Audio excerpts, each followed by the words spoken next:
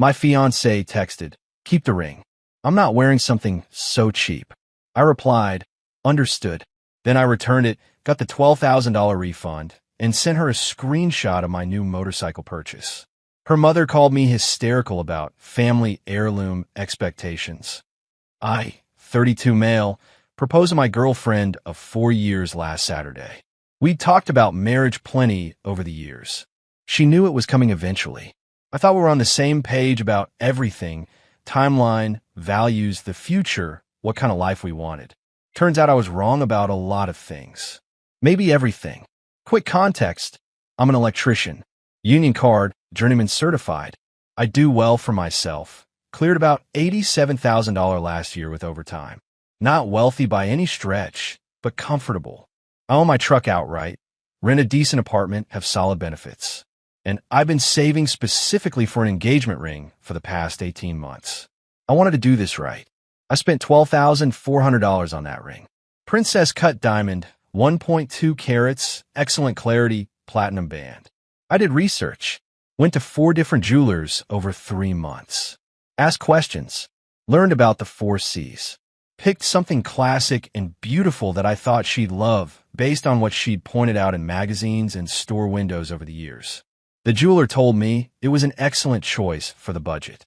I was proud of it. The proposal itself went fine. Great, even. Nice dinner at a restaurant she'd been wanting to try for months. Got down on one knee between dessert and coffee. She said yes. Happy tears. The whole table next to us clapped.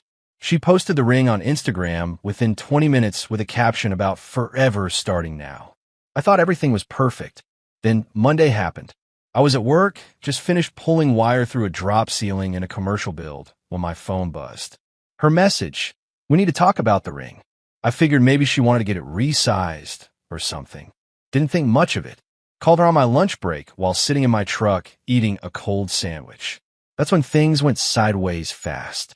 I showed it to my mom and my sister this morning, she said, and something in her voice already sounded off. And honestly, I'm embarrassed. Embarrassed about what? The ring. It's small. You have to understand, my sister's husband got her a 2-carat princess cut. My cousin has an emerald cut that's almost 2.5. My mom said when Dad proposed, he spent 3 months' salary. This ring looks like something from a mall kiosk.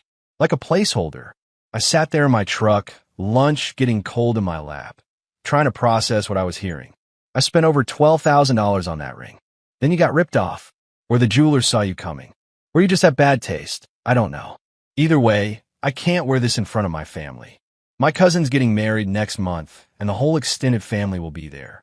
I'm not showing up with this on my finger while everyone else has actual engagement rings. I didn't say anything for probably 15 seconds.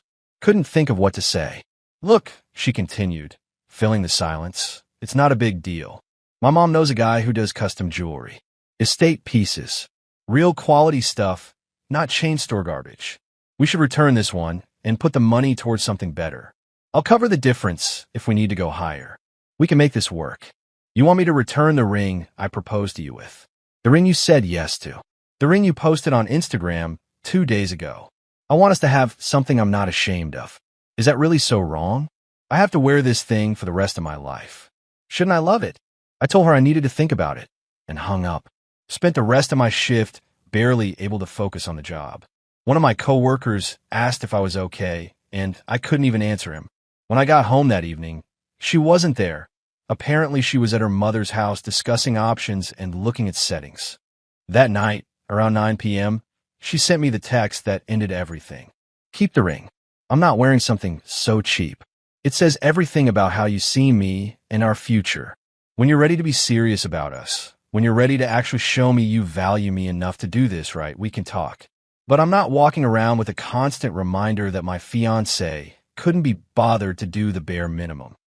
I read it 3 times. Let it sink in. Then I replied with one word: "Understood." The next morning, I took the ring back to the jeweler. Explained the situation in about 2 sentences. He looked genuinely sympathetic. Said he sees this more than people realize, that some people forget what an engagement is actually supposed to represent. Full refund, $12,400 back in my account within 2 business days. No hassle, No judgment. Here's where I probably went off script. I want a motorcycle since I was 19 years old, specifically a Harley-Davidson Street Glide. So I wanted a bike show with my dad when I was a teenager and never forgot it. Never bought one because there was always something else, saving for the apartment deposit, then building an emergency fund, then her car needed transmission work, then saving for the ring. Always later. Always next year. Always waiting. Not anymore. I found a used 2021 Street Glide in excellent condition at a dealership about an hour away. Matte black paint. 8,000 miles. Well maintained. Dealer was asking $18,500. I talked him down to $16,200 after an hour of negotiation. Put the ring refund toward it as a down payment. Financed the remaining $3,800 over 2 years. Rode it home that same afternoon. The whole drive back, I felt something I hadn't felt in years. Hard to describe. Freedom, maybe, or relief, or both. And yeah, I'll admit it. I took a photo of the bike in my parking spot, screenshot of the purchase receipt, clearly showing $12,400 as the down payment, and sent both to my now ex-fiancée with the caption, "Thanks for the push. Always wanted one of these." She didn't respond for 6 hours. Then my phone exploded. Her mother called me 17 times between 6 p.m. and midnight. 17. Left voicemails ranging from, "How dare you do this to her," to "You've humiliated this entire family," to threats about making sure everyone knows what kind of person you really are. Apparently, there was some expectation that the ring I bought, the one her daughter rejected, would eventually become a family treasure.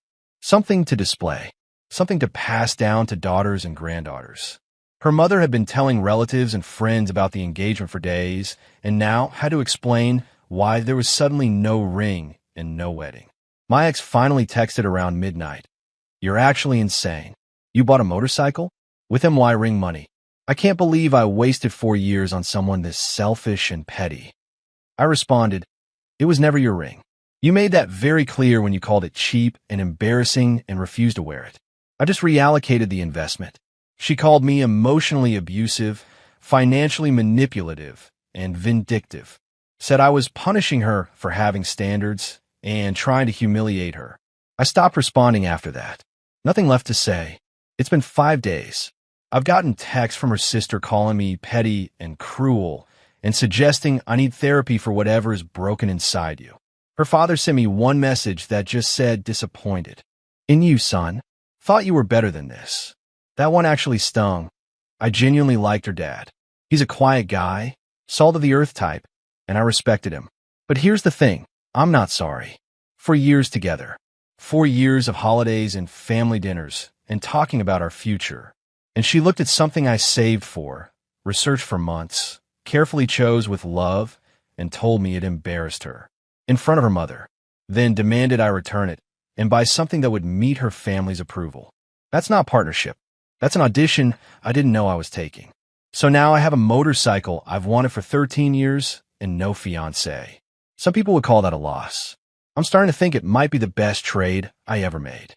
Update 1, day 8. All right, things have escalated significantly, and I need somewhere to vent because my buddies are tired of hearing about it, and I'm tired of thinking about it, but can't seem to stop. First, thanks everyone for the support on the original post. Genuinely helped to know I wasn't crazy. Some people asked if maybe I was being too harsh, if maybe I should have had a longer conversation, try to work things out. I thought about that. Lost sleep over it. Then day 6 happened, and any doubts evaporated. Day 6, her mother showed up at my apartment complex. Unannounced. Just standing in my door when I opened it after hearing the knock, arms crossed, designer handbag over her shoulder, face set in this expression like she was there to conduct a performance review. "We need to discuss how you're going to fix this situation," she said. Not asked. Told. Like it was already decided, and I just needed to be informed. "There's nothing to fix," I said. "Your daughter and I aren't together anymore. Because you threw a tantrum? Over some constructive feedback? She was trying to help you make a better choice. That's what loving partners do. They help each other improve." She called a $12,000 ring cheap and embarrassing. So it looked like it came from a mall kiosk. That it said everything about how I see her. That's not constructive anything. The ring was substandard. For someone in our family. for what this occasion represents. She actually looked at me like I was slow. Do you have any idea what my husband spent on my engagement ring? In 1989 dollars. I genuinely, sincerely don't care. $32,000.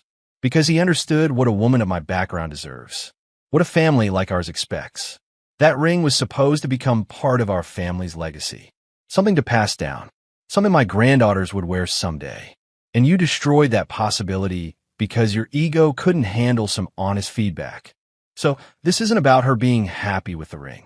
It's about you being able to show it off at family functions. It's about you having a prop for the legacy you're building in your head. Her face went red. Actually red, blotchy. You're going to regret how you've behaved. I know people in this community. I know what you do for work. You think contractors don't talk to each other? You think people don't remember who's difficult? Who embarrassed their daughter publicly? I couldn't help it. I laughed. Actually laughed in her face. Ma'am, I'm union. I've got more job security than a tenured professor. Your country club friends don't hire union electricians anyway. You people use non-union crews because they're cheaper. Please leave my property. She left, but not before telling me I destroyed her daughter's happiness and that I should enjoy my little toy while I can because karma is coming. Day 7 was quieter but weirder. My ex's younger brother texted me out of nowhere. He's 24, still figuring his life out, but he'd always seemed like a decent kid.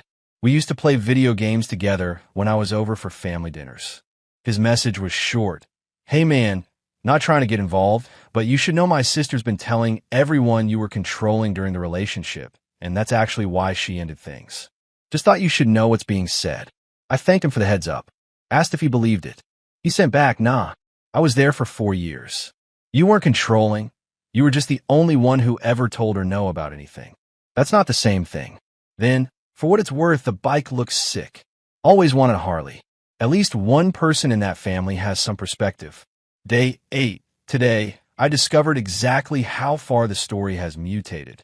A coworker asked me at lunch, completely seriously, if it was true that I made my girlfriend sell her engagement ring so I could buy a motorcycle. That's the version circulating now. That she had the ring, that I somehow forced her to sell it against her will, pocketed the money, and bought myself a toy with her property. I showed him the actual text messages, the original chain, her words, her timestamps, my single-word response. His reaction, bro, that's actually insane. She really said that about 12 grand worth of ring. Word for word. Called it cheap. Said she was embarrassed. Told me to keep it. He shared the screenshots with a couple other guys on the crew. By end of day, the consensus from everyone who saw them was clear. I dodged something bad. One of the senior guys, married 32 years, pulled me aside and said my wife's ring cost $800 in 1992. She still wears it every single day. Never once complained. The ring don't mean nothing if the person's wrong. That helped more than I expected. What didn't help? Learning my ex has started a whole revisionist history campaign. We were basically engaged for years, and I kept stringing her along before finally proposing with the cheapest thing he could find just to shut me up. 4 years of relationship reduced to me being commitment-phobic and cheap. Everything real we built together erased and replaced with this story where she's the victim of my inadequacy. I'm not engaging with it directly. Refused to get into some public he said she said drama on social media. But I did one thing. Made my ring purchase receipt, my phone wallpaper for a week. Every time someone asked about the situation, I'd show them my lock screen. $12,400. Cheap, according to her family. Petty? Absolutely. Satisfying? You have no idea. Update 2, day 16. Final update, because I think this situation has finally burned itself out, and I need to move on mentally. Day 11. Her sister sent me a Venmo request. I'm not kidding. A Venmo request for $200 with a note for the bridal magazines and planning materials we already purchased. You owe us. I declined the request and blocked her. But honestly, the audacity was almost impressive. They'd been planning a wedding that was never officially scheduled, buying magazines and supplies before I'd even proposed, and somehow that was my financial responsibility. Day 13, the real confrontation happened. My ex showed up at my apartment. First time seeing her face to face since the night I proposed. She looked exhausted, like she hadn't slept properly in a week. "Can we talk?" she asked. "Just talk." Inside, against my better judgment, I let her in. She sat on the couch, the same spot where we'd watched hundreds of movies together over 4 years. Strange how familiar someone can look and feel like a complete stranger at the same time. "I've had time to think," she said slowly, "and I realize I handled things badly. I shouldn't have texted you that way. I should have talked to you in person, calmly, explained how I was feeling.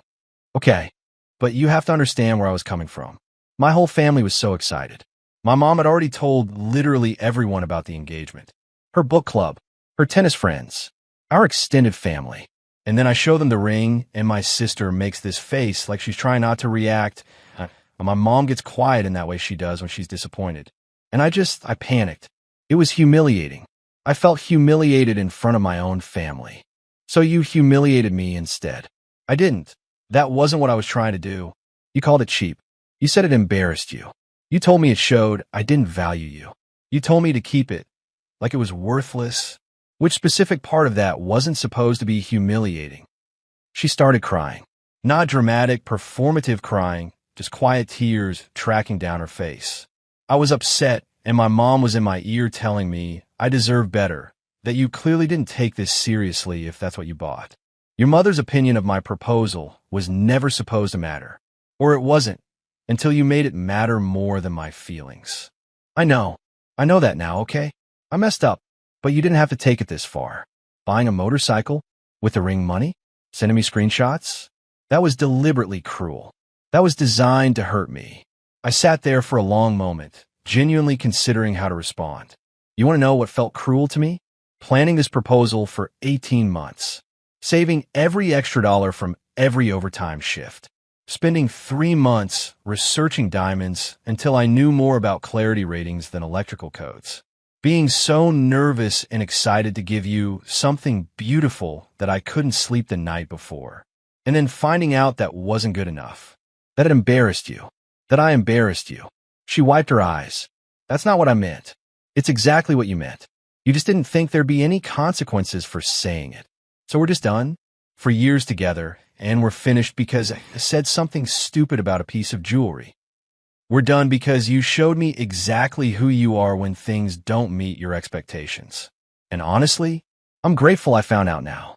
Before a wedding, before a mortgage, before kids, before I spent the rest of my life trying to meet standards your family sets that I'll never reach." She left after that. Didn't yell. Didn't threaten. Just picked up her purse and walked out. Day 16, today, her mother made one final play. An email. 2,000 words of grievances, accusations, and demands about how I derailed her daughter's entire future and destroyed what should have been a beautiful joining of families. She actually used the phrase joining of families like we were medieval nobility arranging a treaty. The email concluded with a demand that I compensate the family for emotional damages and financial losses.